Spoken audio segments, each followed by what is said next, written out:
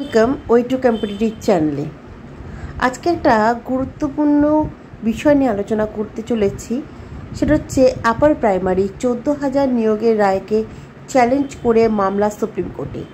যে 14,000 upper primary শিক্ষকদের নিয়োগ করা হচ্ছিল, সেখানে কিন্তু আর একটা যে রায় বার করেছিল, সেই রায়ে কিন্তু আবার নতুন করে চ্যালেঞ্জের সম্মুখীন হতে হলো। এই কারা চ্যালেঞ্জ করলো এবং কি বলা হয়েছে, ভিডিওটা বিস্তারিত সমস্ত কিছু তথ্য আজকে বলবো। তো ভিডিওটা পুরোটা দেখবে, স্কিপ না করে অবশ্যই। তো চলো দেখা যাক ভিডিওতে কি বলছে। উচ্চ প্রাথমিকে নিয়োগে মামলা। কলকাতা হাইকোর্টের রায়কে চ্যালেঞ্জ করে মামলা দায়ের হলো সুপ্রিম কোর্টে। 14,000-এর বেশি শূন্যপদ নিয়োগের নির্দেশ দিয়েছিল হাইকোর্ট। এই নির্দেশ সংরক্ষণ নীতির বিরোধী। এই দাবি তুলে শীর্ষ আদালতে দ্বারস্থ হয়েছেন রাজীব ব্রহ্ম সহ কয়েকজন চাকরিপ্রার্থী। চলতি সপ্তাহে সুপ্রিম কোর্টে মামলাটির শুনানির সম্ভাবনা রয়েছে। এর ফলে 14,000 চাকরিপ্রার্থীর নিয়োগ নিয়ে কিন্তু আবার তৈরি হলো নতুন জট। তাহলে দেখো, এখানে বলছে যে সুপ্রিম হাইকোর্টের রায়কে আবার কিন্তু নতুন করে সুপ্রিম কোর্টে চ্যালেঞ্জ জানালো। 14,000-এর বেশি যে শিক্ষক নিয়োগের যে নির্দেশ দিয়েছিল হাইকোর্ট, সেই বিষয়ে।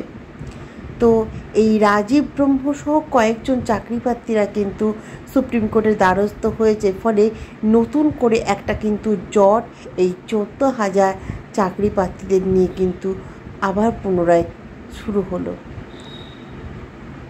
আদৌ কি এই জট কাটবে, না দীর্ঘদিনভাবে এইভাবে সুপ্রিম কোর্ট বা হাইকোর্টে দ্বারস্থ হতে হবে এই 14,000 শিক্ষকদের?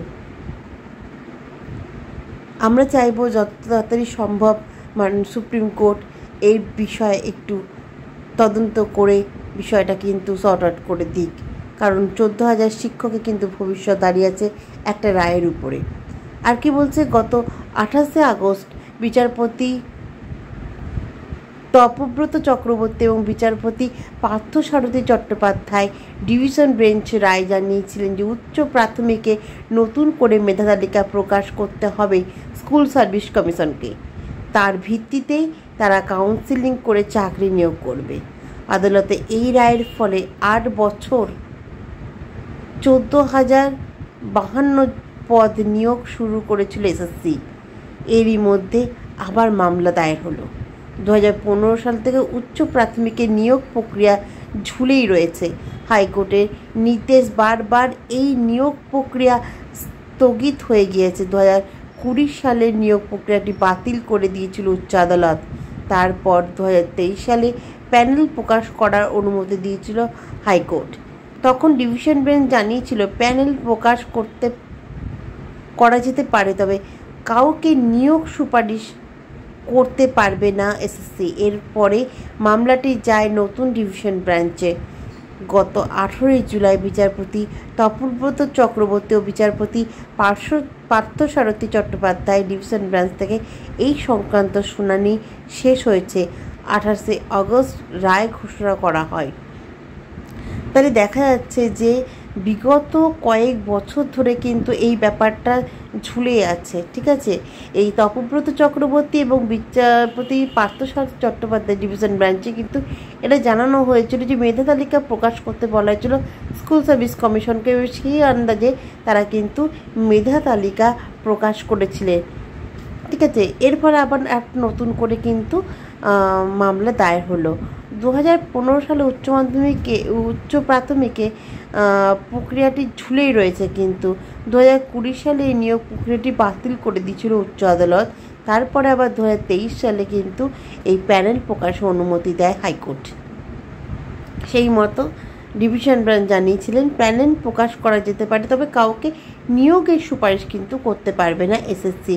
এইরকমই কিন্তু কথা হাইকোর্ট থেকে কিন্তু বলা হয়েছিল। ফলে গত 18 জুলাই বিচারপতি তপব্রত চক্রবর্তী ও বিচারপতি পার্থসারথী চট্টোপাধ্যায় ডিভিশন ব্রাঞ্চ থেকে এই সংক্রান্ত শুনানি শেষ হয়। 28 আগস্ট রায় ঘোষণা করা হয়েছিল। ঠিক আছে, 28শে আগস্ট কিন্তু এই উচ্চ প্রাথমিকে যারা 14,000 শিক্ষকরা আছেন তারা কিন্তু তাদের কিন্তু একটা রায় বার করা হয়েছিল যে তাদেরকে নিয়োগ করা হবে, ঠিক আছে। তো সেই ক্ষেত্রে আবার কিন্তু একটা নতুন করে জট তৈরি হলো। তো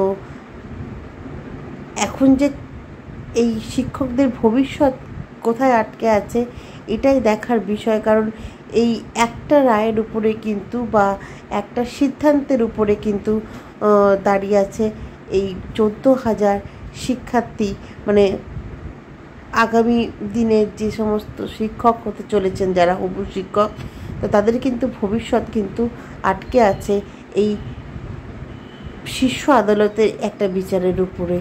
তো আমরা সকলেই চাইবো যে তাড়াতাড়ি যতদূর সম্ভব মাননীয় বিচারপতি একটি সিদ্ধান্তে আসুক, কারণ অনেক দিন ধরে এই ব্যাপারটা কিন্তু ঝুলে আছে। ফলে আপার প্রাইমারিতে কিন্তু নিয়োগ হচ্ছে না, আপার প্রাইমারিতে কিন্তু নিয়োগ ঝুলেই রয়েছে গত কয়েক বছর ধরে, প্রায় এই 8 বছর ধরে কিন্তু এই নিয়োগ কিন্তু ঝুলে রয়েছে। ফলে এই 8টা বছর যে একটা শিক্ষার্থী যে কত জীবনে একটা ভাইটাল, যে তারা পাশ করে আছে, তারা চাকরি পাচ্ছে না, তাদের জীবন থেকে 8টা বছর চলে যাচ্ছে, এটা কিন্তু খুবই দুঃখজনক ব্যাপার।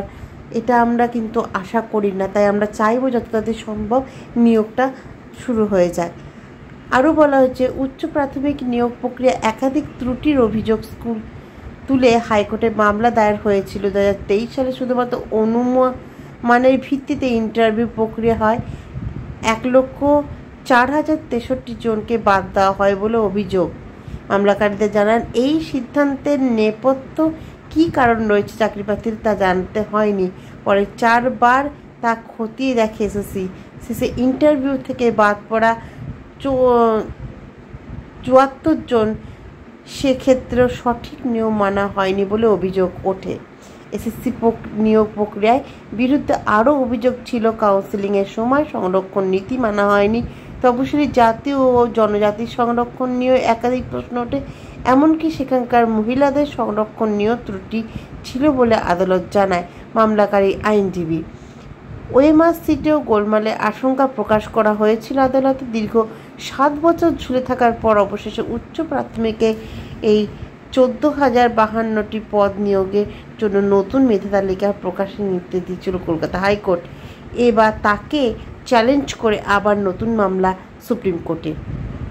আবার উদ্বেগ রয়েছে চাকরি প্রার্থীদের।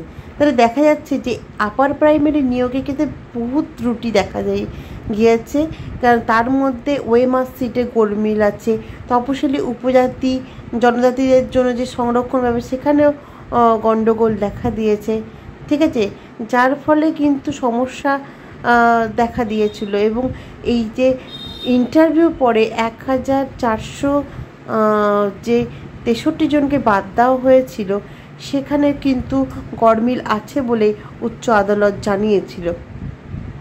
ফলে একাধিক ত্রুটির কারণ থাকার জন্যই কিন্তু এই নিয়োগ মামলাটি কিন্তু এখন অবধি আটকে আছে।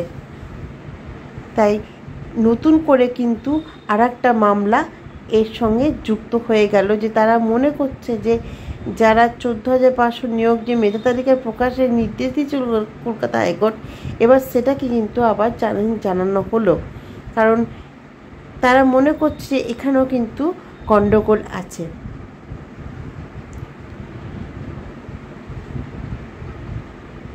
তো দেখতে হবে এবার যে শীর্ষ আদালত সুপ্রিম কোর্ট কি রায় দিচ্ছে, আদৌ কি এই 14,052 যে নিয়োগ পদ মানে নিয়োগে যে শূন্য মেধা তালিকা আছে আদৌ তারা চাকরি পাচ্ছে না তাদের থেকে কিছু বাদ দেওয়া হবে, বা তারা আদৌ চাকরি করতে পারবে কিনা সেই বিষয়ে কিন্তু আমরা নজর রাখবো, এবং পরবর্তীকালে কি কি আপডেট দিচ্ছে সেদিকেও কিন্তু আমরা খেয়াল করব।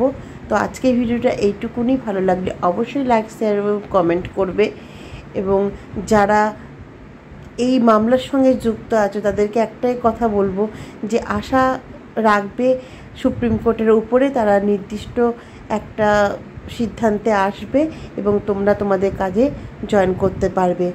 তো দেখা হচ্ছে একটা নেক্সট ভিডিওতে। ততক্ষণ যারা পড়াশোনা করছে তারা পড়াশোনা করে যা চাকরির জন্য। আগামী দিনে অনেক চাকরি পরীক্ষা বেরোবে, সব কিছু আপডেট জানতে গেলে অবশ্যই আমাদের চ্যানেলের সঙ্গে জুড়ে থাকবে। আজকের মতো দেখা হচ্ছে নেক্সট ভিডিওতে।